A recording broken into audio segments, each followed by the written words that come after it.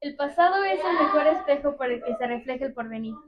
Hola, ¿qué tal amigos? Estamos en esta mañana, mi compañera María José Ramos Tenorio. y un servidor, Gabriela Bendaño Rodríguez, para entrevistar a esta gran escritora de libros. Aquí les presentamos, están aquí mostrando estos libros que tenemos que ella ha escrito sobre la historia de Córdoba.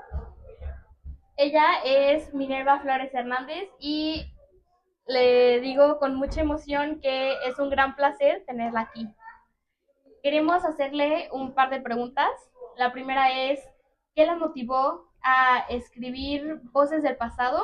¿Y cómo fue este proceso de escritura y combinando los hechos históricos de esta gran ciudad con uno que otro toque de fantasía?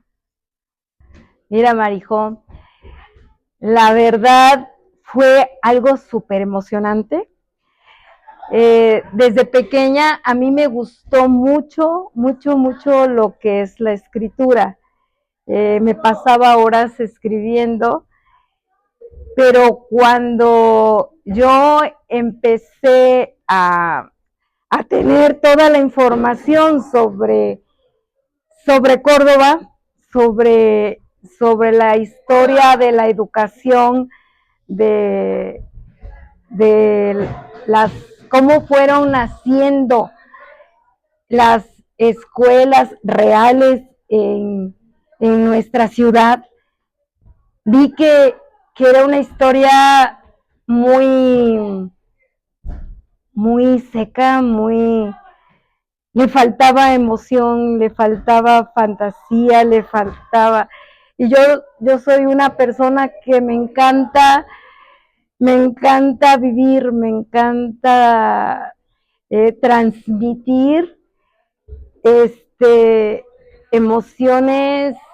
Quizá tengo mi lado de niña, aunque ya soy adulta, y dije, no, tengo que crear unos personajes fantásticos, y fue cuando se me iluminó pues mi cerebro. Dije, no, voy a ponerle ese toque de fantasía para que no nada más los adultos se interesen por mis libros, sino que los niños también vean en ellos lo importante que es la historia de nuestra ciudad.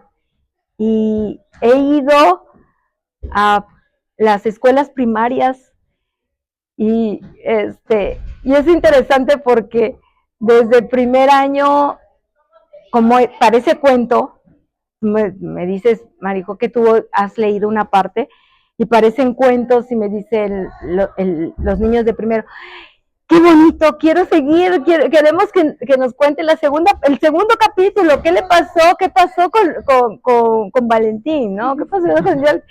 Entonces, está mezclado lo que es la fantasía con la realidad. Claro, obviamente es más realidad que fantasía. Sí, claro. Pero siento que lo expresa todo de una manera que es bastante atractivo. Y siento que eso es importante en los libros que leemos ahora, Sí, porque pues es una realidad que ya no leemos tanto en México. sí. Y pues la verdad ver que existen libros como el que usted escribió me da fe en que quizá las nuevas generaciones puedan leer más y les empiece a gustar, ¿no? Y que aprendan mientras lo hagan. Pues gracias, Marijo. A mí me gustaría esto, ¿no? Ahorita, por ejemplo, que terminamos aquí el conversatorio, me encantaría que cada uno de ellos se interesara por leerlo, por hojearlo, porque pues para mí es una aventura, no es, no es nada más un relato histórico, es una aventura que estás viviendo. A los que han podido leerlo, dicen, nos sumergimos en la emoción que han sentido esos personajes y hemos hecho el viaje junto con ellos. Dice, y ya nos caímos, nos paramos, nos levantamos, dice, y fuimos, dice, hasta le dimos de patadas a los malos, dice, porque lo vivimos, lo sentimos. Digo, eso es lo que yo quiero transmitir. Digo, no nada más una historia, o sea, sin gracia, una historia, como nos las han contado, sin chiste, digo, sino una historia que nosotros vivamos y que esa es nuestra historia, ¿no? Y, y pues quitar las máscaras porque muchas veces la historia de México nos las han contado a medias o mal contada, entonces quitar esas situaciones que poco favorecen a los mexicanos y contarnos una historia bonita, agradable y que nos hagan sentir orgullosos de ser mexicanos y como dices, que tengamos el gusto de leer, de aprender. Claro.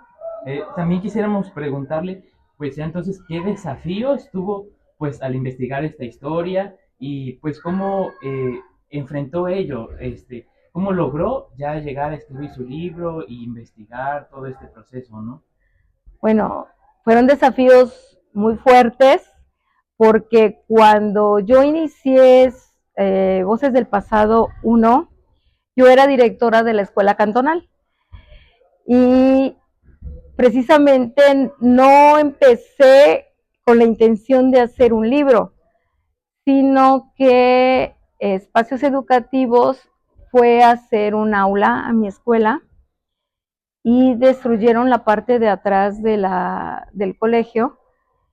Cuando tiran esa parte, me dijeron que se iban a tardar 3 meses en reconstruir ese espacio y fueron 3 años.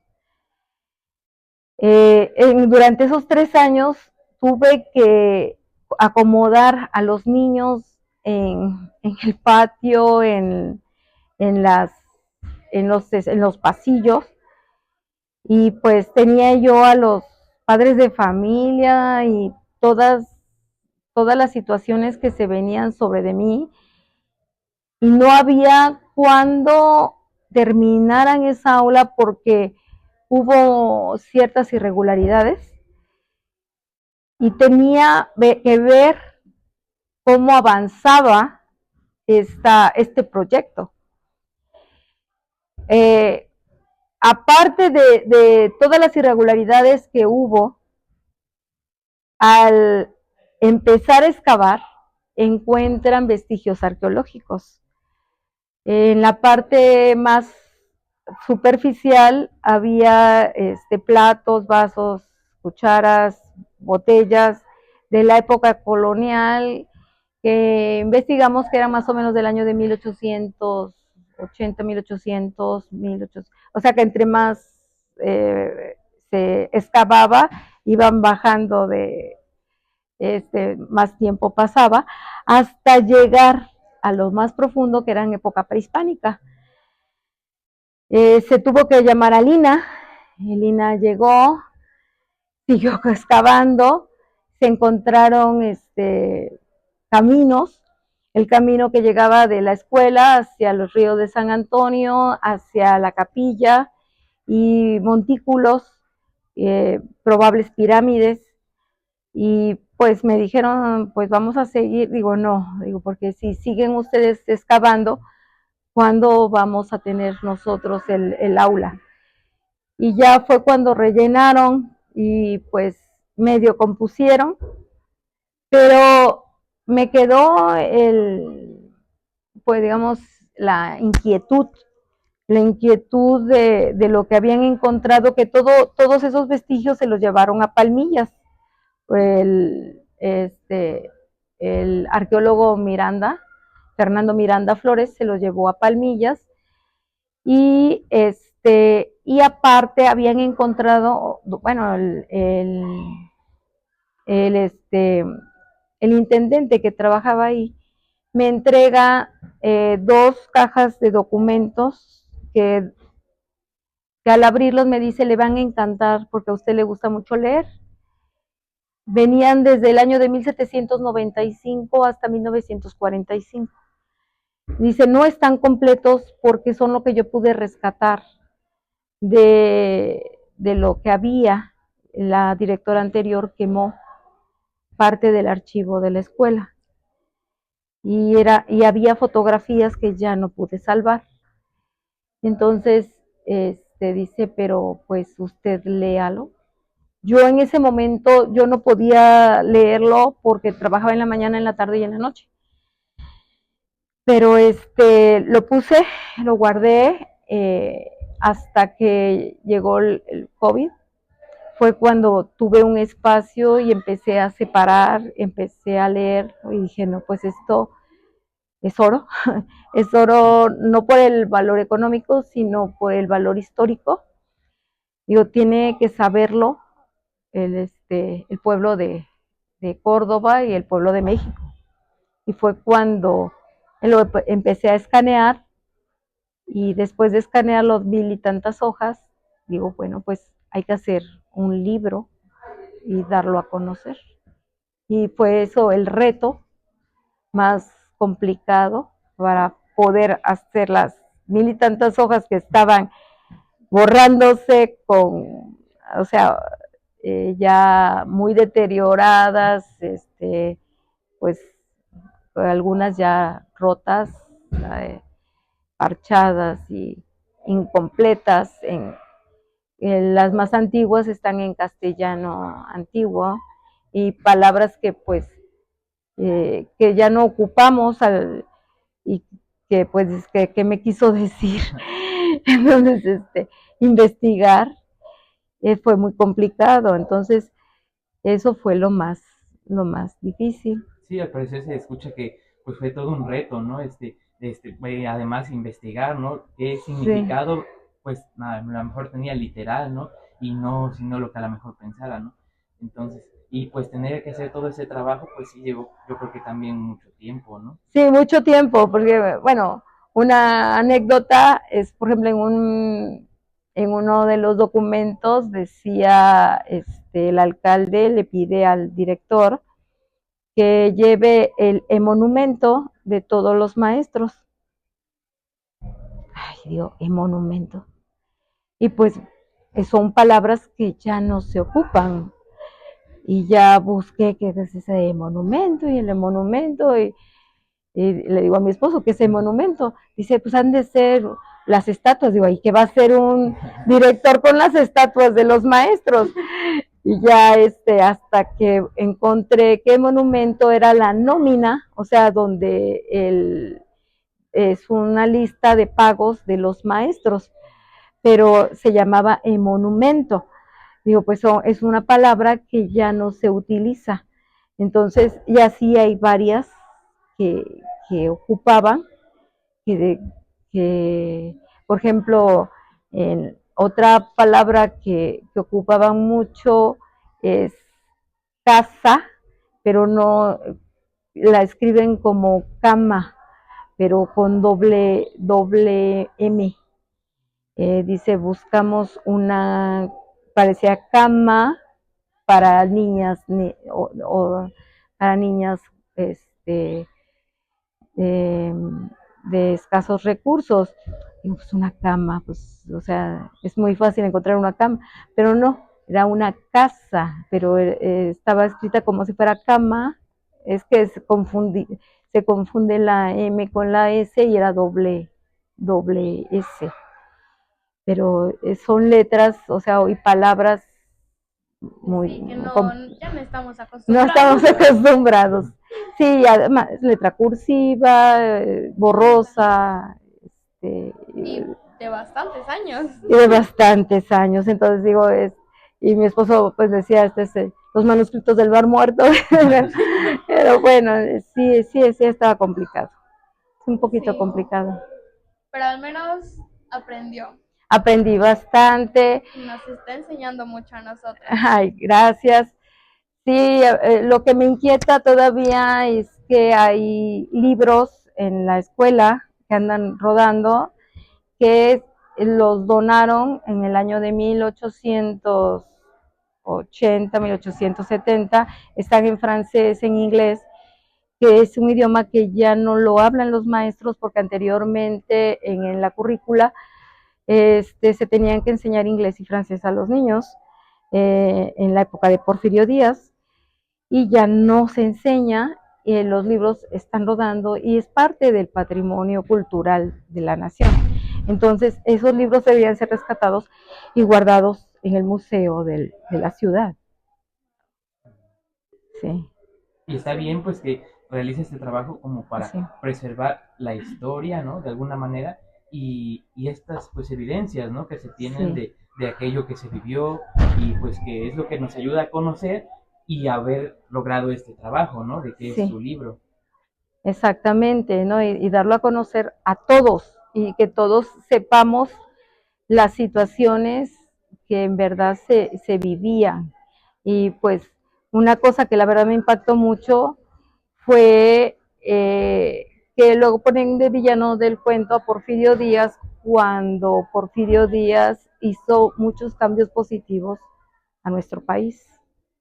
Y en cuanto a educación, era una educación muy alta, una educación de calidad, que yo pienso que si ese sistema educativo lo pusieran actualmente, eh, pues es muy moderno, muy moderno.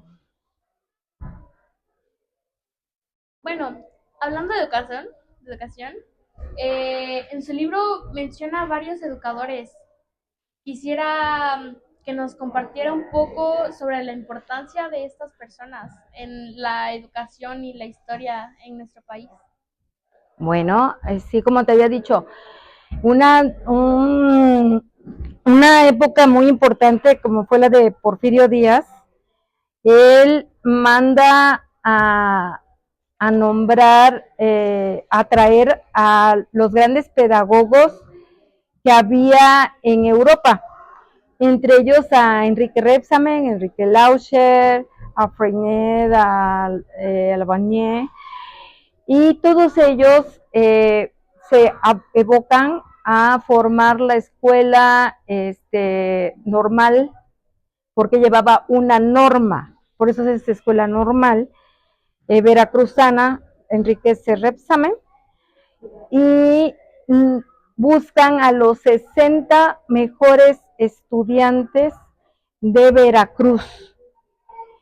¿Quiénes fueron esos 60 mejores estudiantes? Pues es cosa nada más de que salgas a la calle y veas las escuelas, los nombres de las escuelas: Carlos Zacarrillo, Antonio Quintana, Enrique, ¿cuál otro? Sherwell, Guillermo Sherwell. Pues tú vas cada escuela que veas, dices, pues es un gran pedagogo de esa época. Y de esos 60 veracruzanos importantes que hubo, 60, llegaron, que se prepararon en la escuela modelo. La escuela modelo estaba aquí en Orizaba. Tenían que ser de excelencia, presentaban exámenes y pues, como te dije, la currícula era una currícula muy importante, pues, gimnasia, inglés, francés,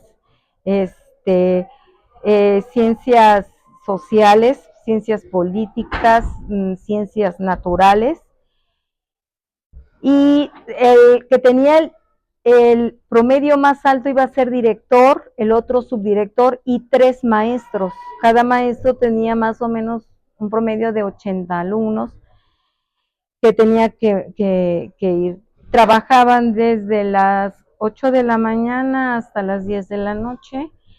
El sueldo, y de lunes a sábado. Ahora, los sueldos no eran sueldos bajos, porque el director eran de 150 pesos y el subdirector de 100, los maestros de 80 pesos, que si a lo mejor los pasamos a los sueldos actuales serían 150,000, 100,000, 80,000, pero eran de toda la semana, o sea, todo el día, y tenían que presentar exámenes todos los años. ¿Por qué? Porque si volvían a salir de excelencia, ese maestro que era director, se tenía que ir a fundar otra escuela normal a otro estado. Ya no se quedaba en Veracruz, se tenía que ir a Sonora, a Nayarit, a Michoacán. Él y el que obtenía el segundo lugar también iba a otro estado a realizar una escuela primaria. Entonces, se llamaban escuelas modelo. Entonces, hacia la escuela modelo, y uno de la escuela modelo y la otra de la escuela normal. Y el caso es que Porfirio Díaz tenía la idea de que al cabo de unos años toda la República Mexicana tuviera sus maestros de calidad. Otra importancia que tenían esos maestros es que sí existían maestros que se llamaban maestros rurales. Ellos tenían que dar clases a esos maestros rurales porque eran maestros que eran empíricos, que no se habían preparado para que tuvieran cierta calidad, y darles clases a los niños que se encontraban en el campo, y pues fueran más o menos igual que equilibrándose con los que estaban en las ciudades. Lo que le falló un poco a Porfirio Díaz fue que no tomó en cuenta a lo mejor un poco las necesidades de los niños del campo, que lo que necesitaban también era que los papás necesitaban recursos económicos, porque en esa época que los padres tenían 14, 15, 20 hijos. Sí, yo creo que fue, pues yo creo que bastante, ¿no? Ese pues trabajo, ¿no? Que se vivía. Era un gran esfuerzo Y es un mandarlos. esfuerzo, ¿no? Sí. De hecho, pues todo lo que nos comenta, ¿no? Acerca de lo que quería el presidente para la educación, pues creemos que es bastante bueno, ¿no? Sí. Bueno, ya por otro lado también, ya pues terminando esta entrevista, quisiéramos preguntarle qué espera de los lectores, pues espera de los jóvenes, y que aprendan y reflexionen después de haber leído su libro. Pues que sigan leyendo y que pongan en práctica lo que leyeron en mis libros, y que conozcan más sobre su país, sobre Córdoba, y que lo den a conocer a otras personas, y que recomienden mis libros sobre todo también. Ya para finalizar, ¿qué nos podría decir sobre si trabaja en alguna nueva obra o está escribiendo algo más? Pues ya Estoy escribiendo otro libro que se llama Mujeres Extraordinarias. Sí, entonces ahorita próximamente va a salir el libro de Mujeres Extraordinarias. Está bien. Le agradecemos, mi compañera y yo. Sí, Gabriel. Pues muchas gracias por estas respuestas a las preguntas que le teníamos preparadas. Y pues gracias por este momento, por estar aquí con nosotros. Muchísimas gracias por su tiempo. El mayor de los éxitos en los siguientes proyectos que realice. Muchísimas gracias. Pues te agradezco mucho, Marijoy, Gabriel. Muchas gracias por invitarme. Estamos bien. Bueno, comunidad Totaquepe, eso fue todo por el día de hoy. Muchísimas gracias si se quedaron a ver hasta el final de esta entrevista. Les agradeceríamos si dejaran alguna reacción, algún comentario que tengan hacia la autora, y nosotros se lo daremos llegar. Muchas gracias. Hasta pronto.